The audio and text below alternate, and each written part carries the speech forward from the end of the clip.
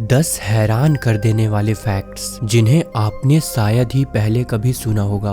Number 1, Scotland में रहने वाली जो कैमरॉन एक ऐसी रेयर मेडिकल कंडीशन के साथ पैदा हुई जिसे कंजेनिटल इनसेंसिटिविटी टू पेन कहा जाता है। इस कंडीशन में इंसान किसी भी तरह का दर्द महसूस नहीं करता, चाहे वो जलती चीजों को छू ले या फिर किसी चोट लगने वाली सिचुएशन में हो। उसके शरीर को कोई फर्क नहीं पड़ता। बचपन से ही जो बिना किसी प्रॉब्लम के जलती चीजों को छू लेती, गिरने या कटने पर भी उन्हें कोई एहसास नहीं होता था। डॉक्टर्स ने जब जो के कुछ मेडिकल टेस्ट किए तो पता चला कि उनके एक पर्टिकुलर जीन में म्यूटेशन है जो उनके दर्द और स्ट्रेस के रिस्पॉन्स को ब्लॉक करता है। ये कंडीशन सुनने में सुपर पावर जैसे लगती है, लेकिन असल में ये बहुत ही डेंजरस है, क्योंकि दर्द महसूस ना होने की वजह से जो को चोटों का पता नहीं चलता था, जो कभी कभी जानलेवा साबित हो सकता है। एक बार जो का हाथ जल गया, लेकिन उन्हें तब तक पता भी नहीं चला जब तक उसमें से जलने की स्मेल नहीं आई। इस रेयर जेनेटिक म्यूटेशन के स्टडी से डॉक्टर्स पेन मैनेजमेंट और एनेस्थीसिया के नए तरीके ढूंढने की कोशिश कर रहे हैं। नंबर 2, जापान के मात्सुदाई नाम के एक छोटे से गांव में एक एंशिएंट टेम्पल है जिसमें एक बैल सिर्फ तब आवाज करता है जब बारिश होती है। ये घंटा तेज हवा या किसी इंसान के बजाने के बिना सिर्फ तब वाइब्रेट करता है जब मौसम गीला हो। लोकल लेजेंड्स के मुताबिक ये बैल एक नेचुरल या सुपर नेचुरल मिस्ट्री है। कुछ लोग मानते हैं कि ये एक डिवाइन सिग्नल है जो किसी अनसीन एनर्जी या टेम्पल की प्रोटेक्टिव स्पिरिट्स के वजह से होता है। दूसरी तरफ कुछ साइंटिस्ट का कहना है कि मॉइस्चर और टेम्परेचर चेंज की वजह से मेटल एक्सपैंड और कॉन्ट्रैक्ट करता है जो वाइब्रेशन क्रिएट कर सकता है, लेकिन अब तक साइंटिस्ट भी इस बैल के बजने का एग्जैक्ट रीजन एक्सप्लेन नहीं कर पाए हैं। हैरान करने वाली बात यह है कि ये फिनोमिनन सिर्फ मात्सुदाई टेम्पल के इस स्पेसिफिक घंटे के साथ ही होता है। अब तक दुनिया में ऐसी घटना और कहीं नहीं देखी गई है। नंबर 3, लीडिया फेयरचाइल्ड एक ऑर्डिनरी अमेरिकन वुमेन थी, लेकिन एक दिन जब उन्होंने अपने बच्चों के लिए डीएनए टेस्ट कराया तो रिजल्ट ने डॉक्टर्स को भी शॉक कर दिया। टेस्ट से पता चला कि वो अपने खुद के ही बच्चों की बायोलॉजिकल मां नहीं है। अथॉरिटीज को लगा कि लीडिया कोई फ्रॉड कर रही है, लेकिन जब इस केस की फर्दर मेडिकल इन्वेस्टिगेशन हुई तब साइंटिस्ट को पता चला कि लीडिया के बॉडी में 2 अलग अलग डीएनए मौजूद हैं, जो काफी हैरान कर देने वाली बात थी। ये एक रेयर जेनेटिक कंडीशन थी जिसे चिमरिज्म कहा जाता है। ये तब होता है जब एक वुमेन अपने माँ के गर्भ में ट्विंस के रूप में डेवलप होती है, लेकिन एक ट्विन वॉर्म में ही एब्जॉर्ब हो जाता है और दूसरे ट्विन का डीएनए उसके बॉडी में मिक्स हो जाता है। इसका मतलब था कि लीडिया फेयरचाइल्ड के अंदर एक दूसरे इंसान का भी डीएनए मौजूद था जो असल में उसके खुद के जुड़वा का था। ये एक साइंटिफिकली रेयर और अजीब केस था जो अब तक मेडिकल हिस्ट्री में सिर्फ कुछ ही लोगों में देखा जाता है। नंबर 4, ड्रासीना सिनाबरी ट्री एक ऐसा अजीब पेड़ है जिसे काटने पर इसमें से लाल रंग का लिक्विड निकलता है जो बिल्कुल इंसानी खून जैसा दिखाई देता है। ये रेयर ट्री सिर्फ सोकोट्रा आइलैंड यामेन में पाए जाते हैं और अपनी अम्ब्रेला शेप्ड कैनोपी के लिए फेमस है। इस लाल रेजिन को ड्रैगन्स ब्लड भी कहा जाता है। इसी वजह से कई लोग इसे ड्रैगन्स ब्लड ट्री के नाम से भी जानते हैं। ये ट्री प्राचीन काल से मेडिसिन, वार्निश और मैजिकल रिचुअल्स में यूज किया जाता था। कई कल्चर्स में इसे शक्ति और हीलिंग का प्रतीक भी माना जाता है। साइंटिस्ट के मुताबिक ये लाल रेजिन एक नेचुरल डिफेंस मैकेनिज्म है जो पेड़ को इन्फेक्शन और इंसेक्ट से बचाता है। ये ट्री न सिर्फ एक नेचुरल वंडर है बल्कि एक अद्भुत एनिग्मा भी है।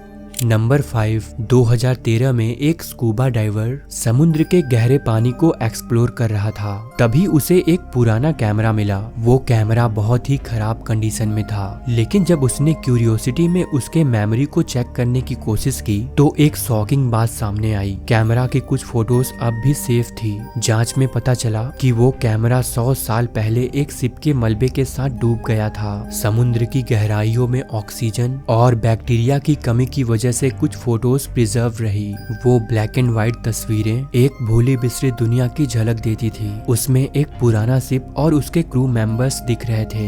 एक्सपर्ट्स ने इन फोटोज को एनालाइज किया और ये समझने की कोशिश की कि ये कैमरा इतने सालों तक पानी के अंदर कैसे बचा रहा। ये एक अजीब इत्तेफाक था जो बताता है कि समुद्र अपने अंदर जाने कितने ही रहस्यों को समेटे हुए है। नंबर 6, ऑस्ट्रेलिया का कूबर पैडी एक ऐसा अजीब और अनोखा शहर है जिसमें लोग जमीन के नीचे रहते हैं। इस शहर को अंडरग्राउंड टाउन भी कहा जाता है। ये जगह बहुत ज्यादा गर्म है जहां दिन में टेम्परेचर 50 डिग्री सेल्सियस तक पहुंच जाता है। इसी वजह से लोगों ने जमीन के नीचे घर बनाना शुरू कर दिया जिसे डग आउट्स कहा जाता है। जमीन के नीचे होने की वजह से ये घर ठंडे और कंफर्टेबल होते हैं जिसमें एसी की भी जरूरत नहीं पड़ती। कूबर पैडी ओपल्स के लिए फेमस है। इसी वजह से इस शहर को ओपल कैपिटल ऑफ द वर्ल्ड भी कहा जाता है। शुरू में यहाँ के लोग माइनिंग करने आए थे लेकिन एक्सट्रीम वेदर की वजह से अंडरग्राउंड सेटलमेंट बना लिया।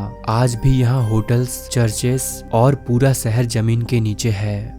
नंबर 7, ऑस्ट्रेलिया में रहने वाले जेम्स हैरिसन एक ऐसे आदमी थे जिनके ब्लड में एक रेयर एंटीबॉडी था जिससे हजारों न्यूबॉर्न बेबीज की जान बचाई जा सकती थी। हैरिसन जब 14 साल के थे तब उनका एक मेजर चेस्ट सर्जरी हुआ जिसमें डॉक्टर्स ने उन्हें बहुत ज्यादा ब्लड ट्रांसफ्यूजन दिया। इस एक्सपीरियंस के बाद उन्होंने डिसाइड किया कि जब वो 18 साल के होंगे तब वो खुद भी ब्लड डोनर बनेंगे। लेकिन 18 साल की उम्र में जब डॉक्टर्स ने उनके ब्लड को स्टडी किया तो पता चला कि उनके प्लाज्मा में एक रेयर एंटीबॉडी मौजूद है जो रीसस डिजीज को प्रिवेंट कर सकती है। रीसस डिजीज एक डेंजरस कंडीशन है जो प्रेग्नेंट मदर्स और उनके अनबॉर्न बेबीज को अफेक्ट करती है जिसमें बेबी का ब्लड मदर के इम्यून सिस्टम के अगेंस्ट हो जाता है। जेम्स हैरिसन ने अपनी जिंदगी में 1100 से भी ज्यादा बार ब्लड डोनेट किया और उनके ब्लड से एंटी डी इंजेक्शन बनाया गया जिसने 2 मिलियन से भी ज्यादा न्यूबॉर्न बेबीज की जान बचाई। इसी वजह से लोग उन्हें the man with the golden arm कहते हैं। 2018 में जब वो 81 साल के हुए तब ऑस्ट्रेलियन लॉज के मुताबिक उनका ब्लड डोनेशन रोक दिया गया लेकिन उनकी लेगेसी आज भी मेडिकल साइंस में एक अजीब और मिरेकलस मिस्ट्री मानी जाती है। नंबर 8, 1942 में स्विट्जरलैंड से बिलोंग करने वाले एक कपल मार्सलीन और फ्रांसिन डुमोलिन एक दिन अपने काउस को देखने एल्प्स के ग्लेशियर एरिया में गए लेकिन वापस कभी नहीं लौटे। उनकी फैमिली ने सालों तक उन्हें ढूंढने की कोशिश की लेकिन उनका कोई भी ट्रेस नहीं मिला। फिर 2017 में ग्लेशियर पर काम करने वाले एक स्की रिजॉर्ट वर्कर को बर्फ के नीचे 2 बॉडीज मिली जो बिल्कुल प्रिजर्व थी जैसे कि वो अभी अभी मरे हों। बॉडीज के साथ उनके कपड़े, बैग और आईडी कार्ड्स भी ठीक कंडीशन में थे जिससे उनकी पहचान कंफर्म हो गई। ये बॉडी मार्सलीन और फ्रांसिन डुमोलिन की थी। एक्सपर्ट्स का मानना था कि ये दोनों ग्लेशियर में गिर गए थे और एक्सट्रीम ठंड में फ्रीज हो गए जिसके बाद बर्फ ने उन्हें ढक लिया और 75 साल बाद ग्लेशियर मेल्ट होने से उनकी बॉडी सरफेस पर आ गई। ये इंसिडेंट सिर्फ एक इमोशनल क्लोजर नहीं था बल्कि एक साइंटिफिक मिस्ट्री भी बन गया।